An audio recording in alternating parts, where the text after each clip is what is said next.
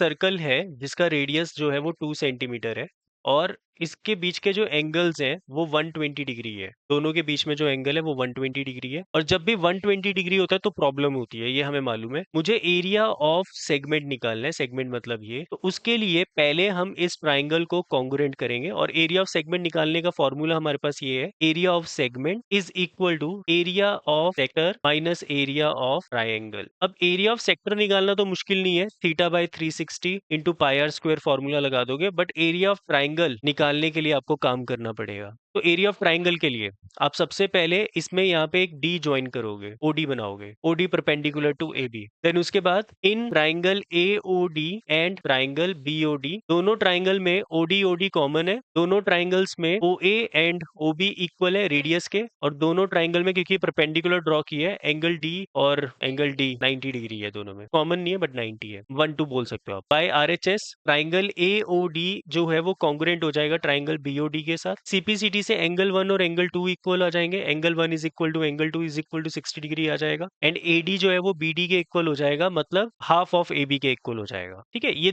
चीजें आ जाएंगी। फिर उसके बाद आप इस वाले ट्राइंगल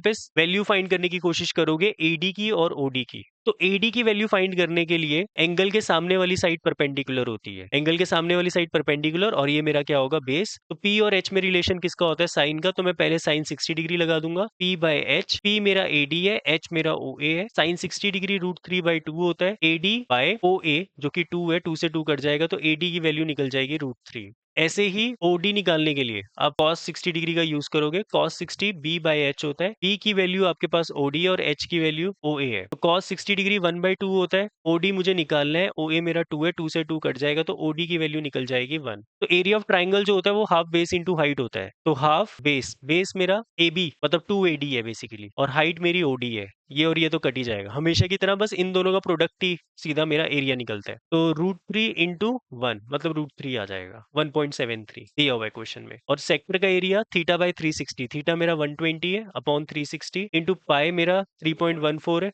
इंटू रेडियस 2 इंटू 2 है, ये कट के मेरे पास रह जाएगा 3, तो यहाँ पर आ जाएगा 3.14 इंटू 4/3, 3 को इससे काटोगे तो 1.0, 3 4 12 और 2367 इंटू 4, तो 1.0467 को 4 से मल्टीप्लाई कर दोगे, 28 24 26 16 18.4 मतलब 4.1868 माइनस 1.73 1.73 68 5 11 4 3 2 2.4568 सेंटीमीटर स्क्वायर।